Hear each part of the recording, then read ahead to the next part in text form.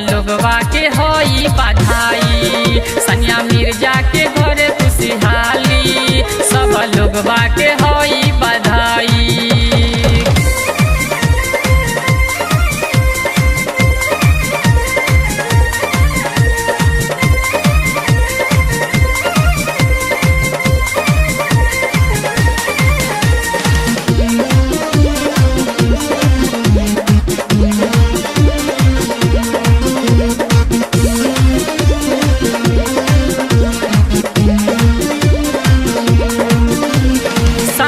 साल के बाद आइल बा सोहेब मलिक के खुशहाली।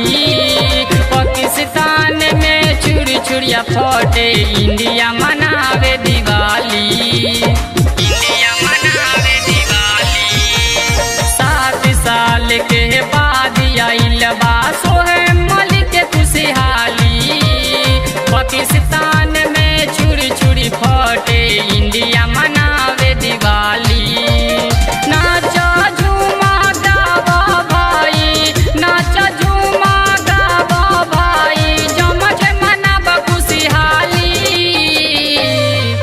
सनिया मिर्जा के घरे खुशहाली, सब लोगन के होई बधाई। सोहेब मलिक के घरे खुशहाली, पाकिस्तान वाला के हो बधाई।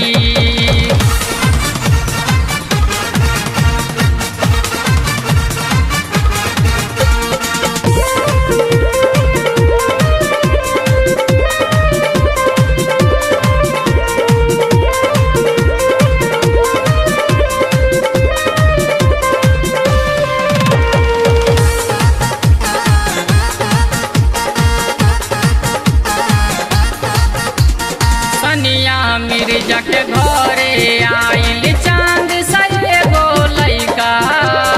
पाकिस्तान में खुशियाँ मिलल, चारों तरफ से बधाई। चारों तरफ से बधाई।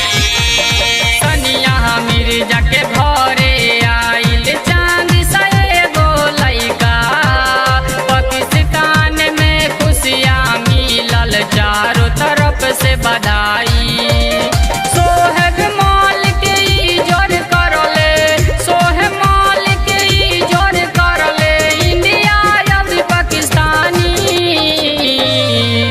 सनिया मिर्जा के घरे खुशहाली, सब लोगवा के होई बधाई। इंडिया वाला के हो खुशहाली, सनिया मिर्जा के घरे खुशहाली।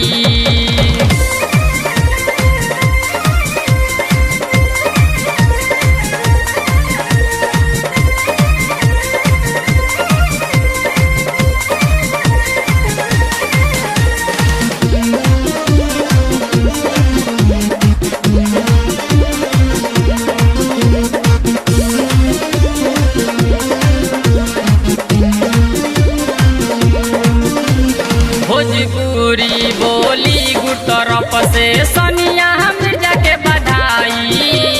सलमान बेदर्दी गावे लगाना, सबके मिली खुशहाली। सबके मिली खुशहाली। भोजपुरिया के बोली गुटरप से सनिया मिर्जा के बधाई। सलमान बेदर्दी गावे लगाना, सबके मिली खुशहाली।